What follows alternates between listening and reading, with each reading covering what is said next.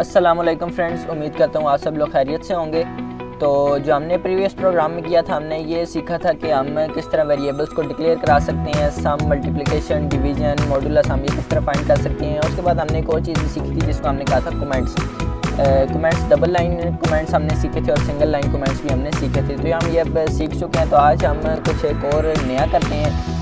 नए में आज हम इस्तेमाल करते हैं एस्केप सीक्वेंस का। एस्केप सीक्वेंस आखिर क्या बला होती है? एस्केप सीक्वेंस कहते हैं कि अगर हमने अपनी आउटपुट को बेहतर करना है, आउटपुट का मतलब जो शो आती है अगर हमें कंसोल में, तो उसको हमें जब बेहतर करना है तो उसके लिए हम एस्केप सीक्वेंस का इस्तेमाल करते हैं। आज हम इसमें मुख्तलिफ एस्केप सीक्वेंस इस्तेमाल करेंगे। जैसे कि मैंने ये मल्टीप्लिकेशन के ये जो सी आउट है मल्टीप्लिकेशन लिखा है, इसके अंदर मैंने \n डाली हुई है। \n का मतलब मैं आपको पिछली वीडियो में बता चुका था। इसको हम कहते हैं कि न्यू लाइन। अगर हमने एक नई लाइन पे जाना है तो उसके लिए हमें \n का इस्तेमाल करना पड़ता है। इसके दो तरीके हैं। एक \n होता है न्यू लाइन पे जाने के लिए, इसको हम एस्केप सीक्वेंस कहते हैं और ये हमेशा प्रिंटर के अंदर ही लिखा जाता है। कंपाइलर ये अंडरस्टैंड कर लेता है कि जो / से लिखा हुआ है ये कोई एस्केप सीक्वेंस है और आखिर इसका क्या फंक्शन है कंपाइलर को अच्छी तरह से मालूम होता है। तो कुल मिलाकर 8 एस्केप सीक्वेंस होते हैं, जिसमें सबसे पहले \a, \b, \n, \r, // और // कोमा। तो मतलब ये कुछ एस्केप सीक्वेंस होते हैं। तो इसके अलावा जो हमने लाइन को एंड करने के लिए वो इस्तेमाल किया था, वो उसको हमने कहा था एंड एल, जो कि इसके आगे सी आउट के आगे मैंने लिखा है। ये भी सेम काम करता है, लाइन को एंड करने के लिए इस्तेमाल होता है, लेकिन इसको लिखने में थोड़ी कॉम्प्लिकेशन होती है। इस वजह से हम \n का इस्तेमाल करते हैं। तो अभी मैं ये सब कुछ रेस कर देता हूँ क्योंकि मुझे इसकी ज़रूरत नहीं है। आज हमने सीधा एस्केप सीक्वेंस प्रिंट कराना है और एस्केप सीक्वेंस का इस्तेमाल किस तरह करते हैं ये हम इस वीडियो में प्रॉपर एक एस्केप सीक्वेंस को ही अपना टॉपिक बना के उसको सीखेंगे। तो एस्केप सीक्वेंस मैंने आपको बता चुका हूँ कि जब हमें अपनी आउटपुट को बेहतर करना होता है तो उसके लिए हम एस्केप सीक्वेंस का इस्तेमाल करते हैं। और ये कुल मिला के कुछ 8-9 होते हैं एस्केप सीक्वेंस। तो जिसमें से कॉमन मैंने आपको बता चुका हूँ, \a, \b, \r, \n,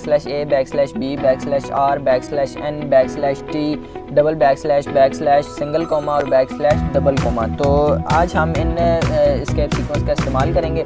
तो अगर हमने कोई आउटपुट मतलब प्रिंट करानी हो मतलब कॉलम सीक्वेंस में, जैसे कि डेटाबेस में अगर हम देखें तो उसमें सेव होता है, जैसे अब ये देख लें, जैसे ये फाइल ऊपर लिखा हुआ है तो इसके नीचे अगर इसका डाटा लिखना है फिर थोड़ी सी स्पेस छोड़नी है, फिर ऊपर एडिट लिखा हुआ है, फिर उसके नीचे कुछ हमने अपना डाटा लिखना है, उसके बाद आगे सर्च लिखा हुआ है, लेकिन इसके बीच में स्पेस छोड़ी हुई है।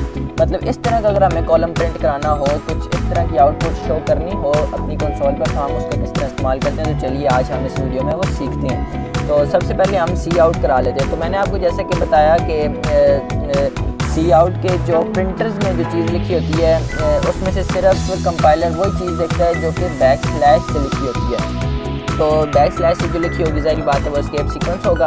तो अगर हम इसमें हमने एक प्रिंट कराना है, एक नेम लिखा हो, उसके नीचे सारे नाम लिखे हो, फिर उसकी जगह थोड़ी सी छोड़ कर तो उसके आगे फिर लिखा हो क्लास, उसके नीचे क्लास लिखी हो, उसके आगे फिर उसकी एज लिखी हो, उसके बाद आगे उसका जेंडर लिखा हो। तो अगर हमें इस तरह की कोई आउटपुट करानी है तो उसको हम आज किस तरह लिखेंगे ये अब हमने स्टार्ट करते हैं। सबसे पहले अगर हमने इसमें नेम प्रिंट कराना है तो ये आ जाएगा जी नेम। अच्छा, उसके बाद हमें स्पेस छोड़नी है। तो अब हम ये तो नहीं कर सकते मतलब इतनी ज़्यादा इसमें स्पेस छोड़ दें, तो इससे हमारा कोड बुरा भी लगता है और वो ऑप्टिमाइज़ भी नहीं होता, पढ़ने वाले को इसमें मुश्किल होती है। तो हम अपने कोड को बेहतर बनाना है, ज़्यादा से ज़्यादा बेहतर बनाना है। तो बेहतर हम उसको किस तरह बनाएंगे, उसके लिए हम यूज़ करने वाले एस्केप सीक्वेंस जिसका नाम है \t। क्या करता है कि 8 करैक्टर की स्पेस, यानी कि अभी जहाँ पर हमारा पॉइंटर ब्लिंक कर रहा है ये एक करैक्टर है, उसके बाद ये दूसरा, ये तीसरा, ये चौथा, 5वां, 6वां, 7वां, 8वां, ये कुछ इतनी कुछ स्पेस छोड़कर आगे नेम के आगे वो प्रिंट कर देगा जो कि हम आगे इसके लिखेंगे। तो हम यहाँ पे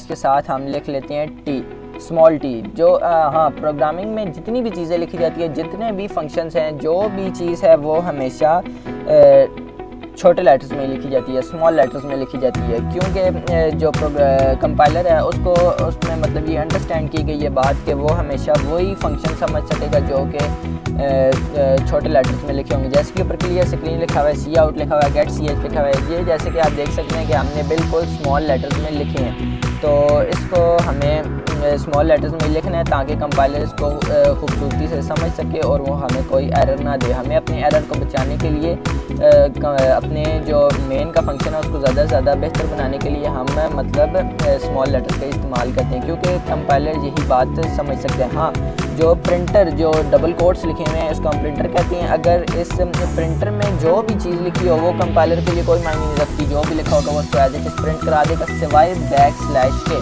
क्योंकि कंपाइलर ये अंडरस्टैंड कर लेता है कि इसमें बैकस्लैश आई है और लाजमी उसका कोई ना कोई काम होगा।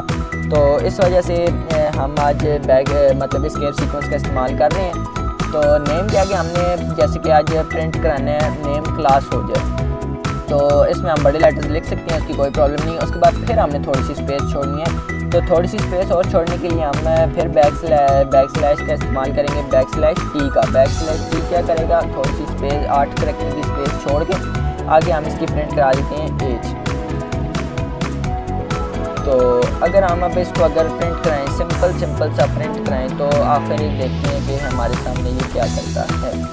इसने कोई वार्निंग नहीं दी, कोई एरर नहीं दिए, और ये देखें नेम के आगे इसने 8 करैक्टर की स्पेस छोड़ी, उसके बाद क्लास, उसके बाद फिर 8 करैक्टर की स्पेस छोड़ी और फिर एज आ गया।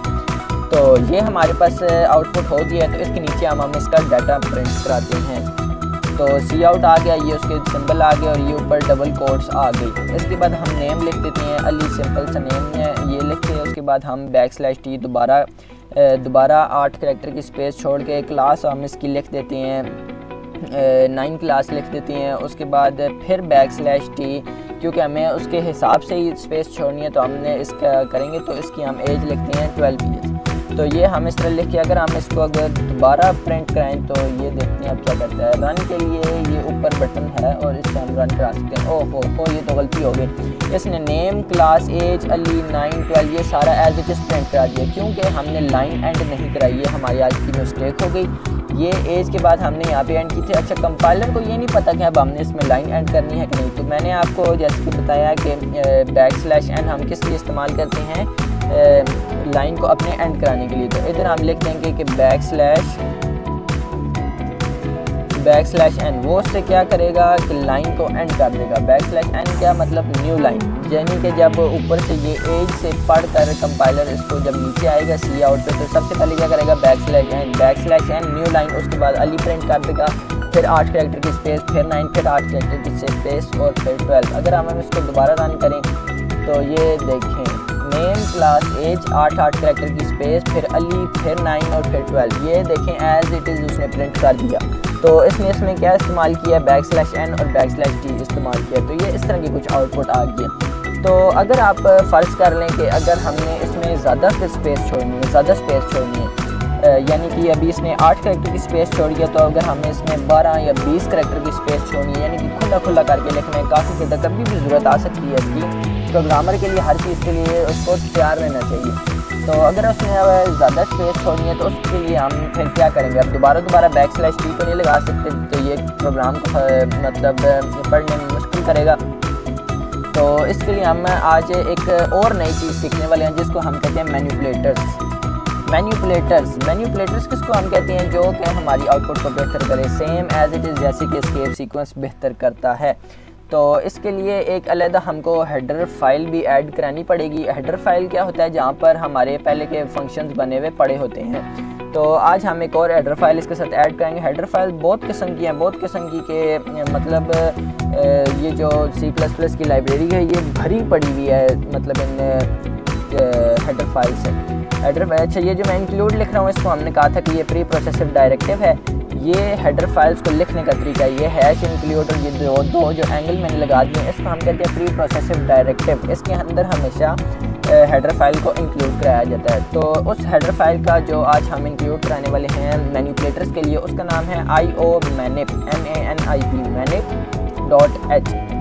अच्छा, IO से बन गया इनपुट आउटपुट, मैनिप manip ये शॉर्ट फॉर्म है मैनिपुलेटर्स की फर्स्ट 5 लफ्ज़ों को इसने मतलब शॉर्ट करके इसने मैनिपुलेटर के सिंबल के तौर पर हेडर फाइल का नेम यही रख दिया। अच्छा, .h इसमें एक्सटेंशन लगी हुई है, जैसे कि बहुत मतलब एक्सटेंशन होती है, जैसे कि google.com है, youtube.com है, .com, ये सारी एक्सटेंशन होती हैं। तो इधर जो हेडर फाइल के लिए एक्सटेंशन इस्तेमाल की गई है इसको हम कहेंगे .h। .h यानी .h हेडर फाइल को डिनोट करने के लिए ये .h का इसने एक्सटेंशन लगाई है। तो हमने हेडर फाइल भी इंक्लूड करा दिया। तो आज हम सीखेंगे कि हमने मतलब मैनिपुलेटर्स का यूज़ किस तरह करना है। अच्छा, मैनिपुलेटर्स जो कॉमन इस्तेमाल होते हैं वो दो तरह के हैं, जिसको हम कहते हैं सेट W, सेट विड्थ जो मतलब चौड़ाई है वो सेट करनी है, और उसके बाद दूसरी जो कॉमन एक मैनिपुलेटर है उसको हम कहते हैं एंड एल। जो एंड एल का फंक्शन ये आईओ स्ट्रीम का भी हिस्सा है, कोनियो का भी हिस्सा है और आईओ मैनेप का भी हिस्सा है। तो अगर हमने पहले जैसे जो मैं रेस कर रहा था प्रोग्राम, उसमें हमने ऐड कराया हुआ था एंड एल और उसने कोई एरर नहीं दिया था, क्योंकि वो आईओ स्ट्रीम का भी हिस्सा है और आईकोनियो का भी हिस्सा है। तो उसको इंक्लूड कराने के लिए हमें स्पेशल कुछ इस तरह की आईओ मैनेप .h इंक्लूड नहीं करानी पड़ती, वो पहले से ही आईओ स्ट्रीम का और कोनियो का हिस्सा है।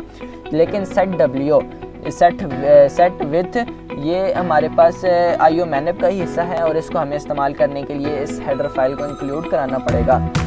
तो अब हमने हेडर फाइल को इंक्लूड करा दी, तो अब हम इसको सीखेंगे कि हमें इसको लिखना कैसे है। अच्छा, एंड एल और सेट W जितने भी मैनिपुलेटर्स हैं ये हमेशा मतलब प्रिंटर के बाहर लिखे जाएंगे एक फंक्शन के तौर पर। ये जो अब प्रिंटर के अंदर लिखा हुआ है बैकस्लैश t, ये कोई फंक्शन नहीं है, ये मतलब एक कीवर्ड है जिससे ये कंपाइलर अंडरस्टैंड कर लेगा कि मतलब उसने इस कैरेक्टर से कौन सा मतलब फंक्शन परफॉर्म करना है। तो आज हम अब इसको मैं रेस कर देता हूँ, ये बैकस्लैश ये मैंने सारा इसको रेस कर दिया। इसके बाद आगे मैंने प्रिंटर लगा दिया। अब इसके आगे हमने दोबारा एक फ़ंक्शन इंक्लूड करना है। फंक्शन क्या होता है C++ की लाइब्रेरी में, जो कि एक ख़ास तरह का काम करे, उसको हम कहते हैं फंक्शन। तो अभी मैंने कैसे आपको फंक्शन बताया था, सेट सेट और फिर W, ये आ गया सेट W। अब हम इसके साथ हमने यूज़ करते हैं ये ब्रैकेट्स, सिंगल जो ब्रैकेट्स होती हैं जिसको हम पैरेंथेसिस भी कहते हैं, इसको हम इस्तेमाल करते हैं सेट W और आगे पैरेंथेसिस। इस पैरेंथेसिस के अंदर हम लिखेंगे जितनी भी हमने विड्थ चाहिए। पीछे हमने 8 कैरेक्टर की स्पेस इंक्लूड कराई थी, तो अब हम इसमें 10 या 11 कैरेक्टर की स्पेस को करा देते हैं। तो अब आ गई, उसके बाद हमने क्या प्रिंट कराया था, नेम और एज हमने प्रिंट कराई थी, एज आ गई। और फिर उसके आगे हमने दोबारा इसमें फिर मतलब स्पेस छोड़नी है, सेट W, ये हम इसको फिर पैरेंथेसिस में इसको लिख देंगे, 11 का स्पेस ही छोड़ देते हैं। और उसके बाद फिर हम आगे हमने क्या इसको कराया था, नेम एज और साथ हमने क्लास कराई थी, क्लास आ जाएगी। उसके बाद ये हमारी स्टेटमेंट ख़त्म हो गई। अगर हम अब इस स्टेटमेंट को दोबारा रन करें तो देखते हैं क्या चलता है। ये हमारे पास रन हो गया। ये देखें, नेम के साथ उसने ज़्यादा स्पेस छोड़ दी और एज के साथ भी ज़्यादा स्पेस छोड़ दी, जबकि अली 9 और 12 ये एज इट इज़ उधर ही लिखे हैं। और ये किससे हमने किए थे, बैकस्लैश t से यूज़ किए थे, जो कि 8 कैरेक्टर की स्पेस देता है। तो नीचे हमने कोई भी सेट W का जैसा मैनिपुलेटर कोई ऐड नहीं कराया, तो उस वजह से इसने ये आउटपुट हमें दी है। लेकिन हमने जहाँ पर भी इसको इंक्लूड कराया है, नेम एज क्लास के दरमियान में जितनी भी हमने विड्थ सेट की थी, तो उसने वो विड्थ एज इट इज़ ही प्रिंट की है। तो अब हम इसको नीचे अली पे भी मतलब इसको साथ लिखते हैं। अच्छा, सबसे पहले हमें लाइन को एंड करने के लिए हमें बैकस्लैश n का तो लाजमी यूज़ है। उसके बाद फिर अली भी एज इट इज़ प्रिंट करा के हम यहाँ पे प्रिंटर को क्लोज करके फिर सी आउट का एंगल ब्रैकेट्स लगा के फिर सेट W का इधर हम भी लगा देते हैं फंक्शन। सेट W का फंक्शन में हमने 11 ही लिखना है। तो उसके बाद फिर दोबारा आ जाएगा ये, उसके बाद हमने क्या प्रिंट करा था, अली और एज क्या बताई थी उसकी 9 ही लिख देते हैं। उसके बाद आ जाएगा ये 9 एज नहीं 12 जो भी हो, जैसे ही आपने प्रिंट कराना है उसको हम लिखेंगे वैसे ही। सेट W में आ गया, फिर 11 स्पेस छोड़नी है। तो उसके बाद फिर ब्रैकेट्स में हमने उसकी लिखी थी क्लास 9। तो अब हम इसको स्टेटमेंट को क्लोज करते हैं।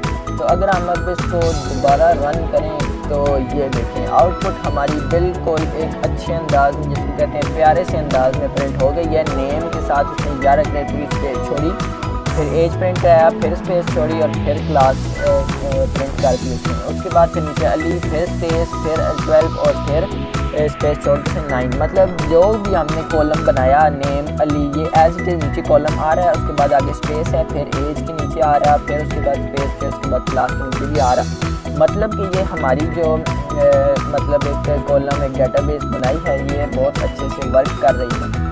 तो आज हमने क्या सीखा कि हम किस तरह अपने प्रोग्राम में एस्केप सीक्वेंस को इंक्लूड कराते हैं, किस तरह हम मैनिपुलेटर्स को इंक्लूड कराते हैं। तो ये बहुत सिंपल सा तरीका है। ये आपको पता होना चाहिए कि अगर आपने किसी मतलब किसी भी जगह पर कुछ प्रोग्रामिंग परफॉर्म करनी है, कोई भी इस तरह का कोई जगह आ जाती है जहाँ पर आपके टेस्ट लेना पड़ जाता है, जैसे कि स्टूडेंट के तौर पर अगर आप वीडियो देख रहे हैं तो आपको सेकेंड ईयर के बाद इसका प्रोग्रामिंग का टेस्ट देना पड़ता है। तो उस टेस्ट को परफॉर्म करने के लिए ये आपको कुछ मेन बातें पता होनी चाहिए। और अगर आप किसी इंस्टीट्यूट में चले जाएं, किसी भी ऐसी जगह पर चले जाएं जहाँ पर आपने कोई अपना बिज़नेस करना है, तो आपको प्रोग्रामिंग की हर छोटी से बड़ी बात भी पता होनी चाहिए। ये एस्केप सीक्वेंस का काफ़ी कॉमन इस्तेमाल है, क्योंकि \n इसमें बहुत कॉमनली इस्तेमाल होता है, क्योंकि वो लाइन को हमेशा एंड करता है। अगर हमने पहली लाइन लिखनी है तो कंपाइलर ये नहीं समझता कि हमने दूसरी लाइन को मतलब एंड भी किया कि नहीं, वो as it is first line में उसको प्रिंट कर देता है।